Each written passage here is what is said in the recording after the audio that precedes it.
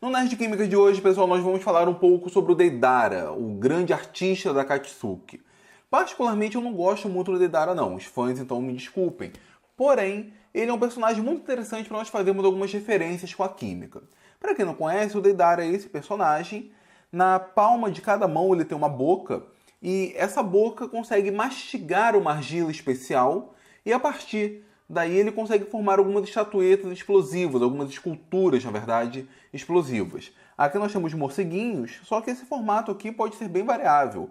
Nós temos aqui um dragão feito com essa argila, aqui nós temos, sei lá, uma espécie de pulga feita com essa argila. Enfim, a principal característica é que eles são explosivos. Então, como que funciona o poder do Deidara? Ele mistura essa argila explosiva juntamente com o seu chakra, e a partir daí ele consegue realizar o seu jutsu. Ele consegue realizar os jutsus que normalmente tem o nome de C1, C2, C3 e C4. Na prática são explosivos, o que vai mudar é o formato. Então aqui nós temos dois exemplos de estruturas que ele consegue montar e ambas são explosivas. Chama atenção a esse C0. Esse C0 é um Kinjutsu, é uma técnica proibida do Deidara, exatamente por ser uma técnica suicida. Ele utiliza uma boca que fica aqui no coração, ele mastiga então a argila, e com isso então ele tem seu jutsu mais poderoso. Mas o que isso tem a ver com química?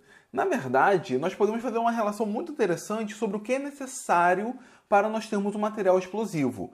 E ainda mais, esses nomes, pelo menos C2, C3 e C4, são nomes de explosivos de verdade. Explosivos que fazem parte de um conjunto chamados de explosivos plásticos de composição C. No caso, C2, C3 e principalmente o C4. São chamados de explosivos plásticos exatamente por serem modeláveis, fazendo uma relação direta com a argila explosiva do Deidara, que ele consegue moldar da forma que ele bem entende.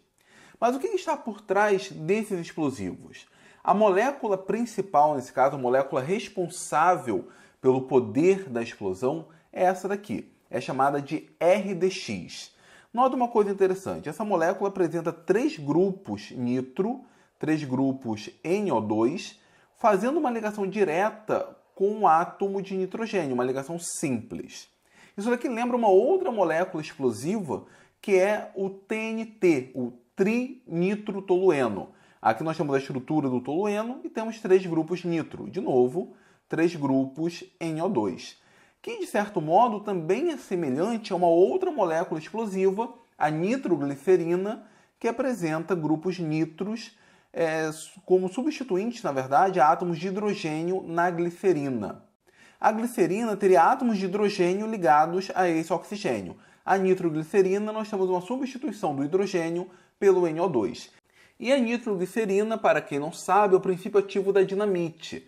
Na verdade, dinamite nada mais é do que a nitroglicerina estabilizada numa espécie de argila na terra de diatomáceas. Enfim, a gente consegue perceber então que essas moléculas explosivas, seja a RDX, que faz parte da composição do C4, o TNT e a nitroglicerina, apresentam grupos NO2 ou NO3, se levarmos em conta esse oxigênio. Uma coisa interessante também é a pólvora. A pólvora não é uma molécula em si, na verdade é uma mistura, e um dos explosivos mais antigos que nós conhecemos. É uma mistura de nitrato de potássio, conhecido como salitre, carbono e enxofre. E essa daqui é a reação de explosão da pólvora. Forma-se CO2, CO, N2 e alguns outros sais, no caso aqui o carbonato de potássio e o sulfeto de potássio. Notem mais uma vez que também na pólvora nós temos grupos nitrogenados. Isso significa que o nitrogênio é um componente principal das reações explosivas. Mas por quê? O que faz com que essas moléculas sejam explosivas? Vamos então à receita da explosão. E aqui, pessoal, vale uma ressalva. Todo professor de ensino médio já passou por isso. Primeiro dia de aula, lá no primeiro ano, o aluno chega para ele e pergunta: professor, a gente vai aprender a fazer bomba? Bom, a receita para fazer bomba é essa. Primeiro de tudo, nós precisamos de uma reação que libere gases. Isso porque a explosão nada mais é do que isso, uma forte liberação de gases. Se nós olharmos, por exemplo, a reação de explosão da pólvora, é liberado CO2, é liberado CO e é liberado o N2. O N2 tem um papel fundamental nesse processo, mas para a próxima etapa. Mas vamos lá, a primeira etapa então é uma reação que libere gases. Se eu utilizo o RDX, o TNT ou a nitroglicerina, também vamos liberar gases. Vamos liberar CO2 e vamos liberar N2. Esses são os responsáveis pela explosão em si. Vai ser essa liberação de gases. O segundo componente é que essa reação precisa liberar calor. Por quê? Tem que ser liberados gases, porém os gases têm que se expandir rapidamente. Eles estariam confinados em um espaço muito pequeno, o sólido, por exemplo, o explosivo, e ao ocorrer a reação, eles têm que ser liberados muito rapidamente e de uma forma bem violenta. Para isso, é necessário que eles tenham uma expansão muito eficiente, eles aumentem o seu volume. E eles aumentam o volume com muita facilidade se a reação liberar calor. Portanto, essa reação tem que ser uma reação exotérmica. O ΔH tem que ser menor do que zero. E como que a gente garante o ΔH menor do que zero? Se a gente formar produtos estáveis. E um dos produtos gerados nessa reação é o N2.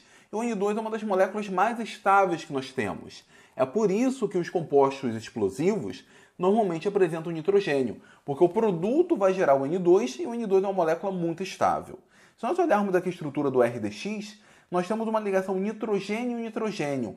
Uma ligação simples de nitrogênio-nitrogênio não é uma ligação muito estável. Além disso, a própria ligação de grupos nitros a um anel aromático, ou principalmente a uma cadeia carbônica saturada, não é uma ligação muito estável, são ligações relativamente frágeis. A consequência disso é que, se nós temos reagentes com ligações frágeis e produtos com ligação forte, a energia liberada é muito grande e isso vai fazer com que o gás se expanda com mais facilidade.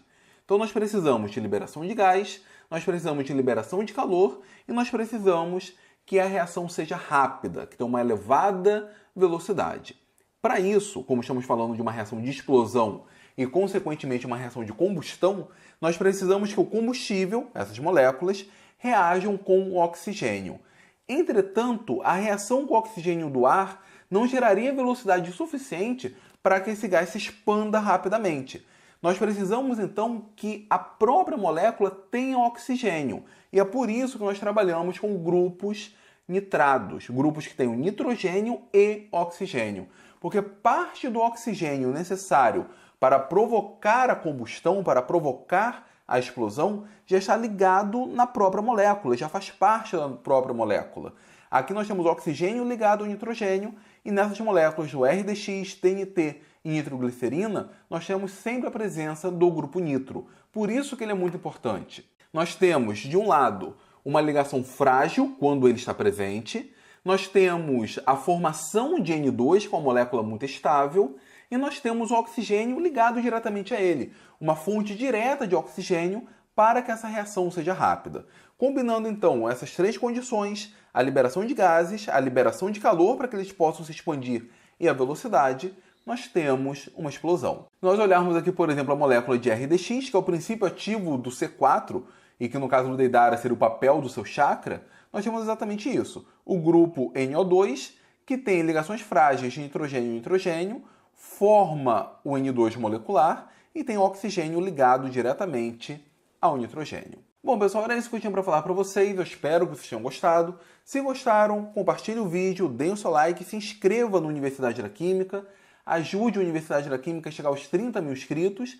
Eu quero saber a opinião de vocês. Gostaram desse vídeo? Não gostaram? Tem sugestões para outros vídeos como esse? Então deixa aqui nos comentários, eu vou gostar muito de ler. Muito obrigado mesmo e até a próxima.